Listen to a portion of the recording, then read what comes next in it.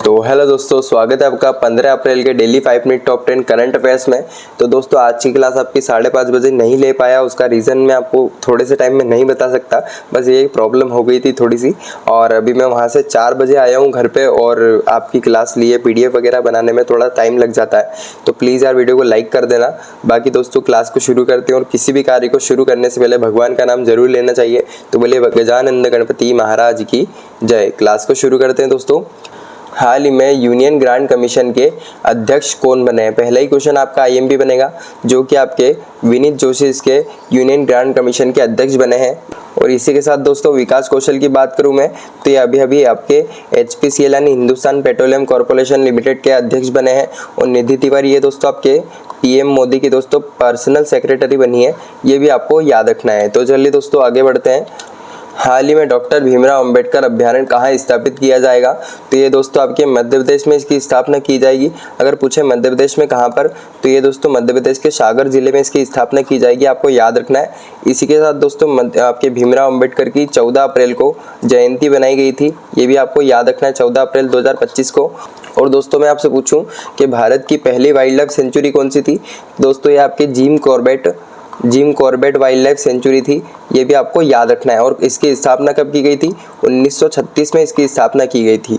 और अगला क्वेश्चन देखें। हाल ही में 2025 का पहला द्विवार्षिक नौसेना कमांडर सम्मेलन कहाँ हुआ है?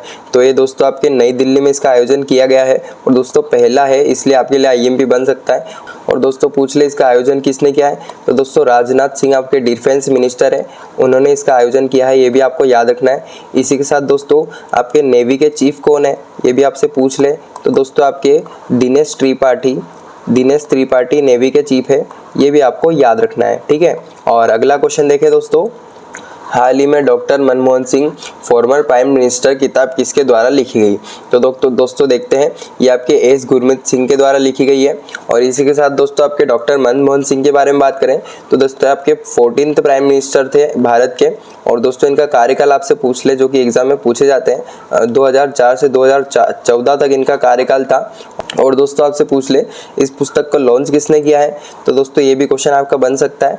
तो ये आपके दोस्तों मोंटेक सिंह ने इस पुस्तक को लॉन्च किया है, ये भी आपको याद रखना है। अगला क्वेश्चन देखते हैं। हाल ही में अंतर्राष्ट्रीय युवा सम्मेलन का आयोजन किस राज्य में किया गया? तो ये दोस्तों आपके सिक्किम राज्य में किया गया है।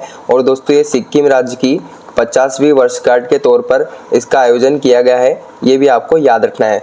और दोस्तों सिक्किम राज्य की बात करें तो इसकी स्थापना कब की गई थी? दोस्तों 1975 में इसकी स्थापना की गई थी। कौन से अमेंडमेंट एक्ट से आपसे पूछ ले, तो ये दोस्तों 36 अमेंडमेंट एक्ट से इसकी स्थापना की गई थी, आपको याद रखना है। और इसी के साथ दोस्तों ये भारत का 22वां राज्य बना था, ये भी आपको याद रखना है, ठीक है। और अगला क्वेश्चन देखते हैं।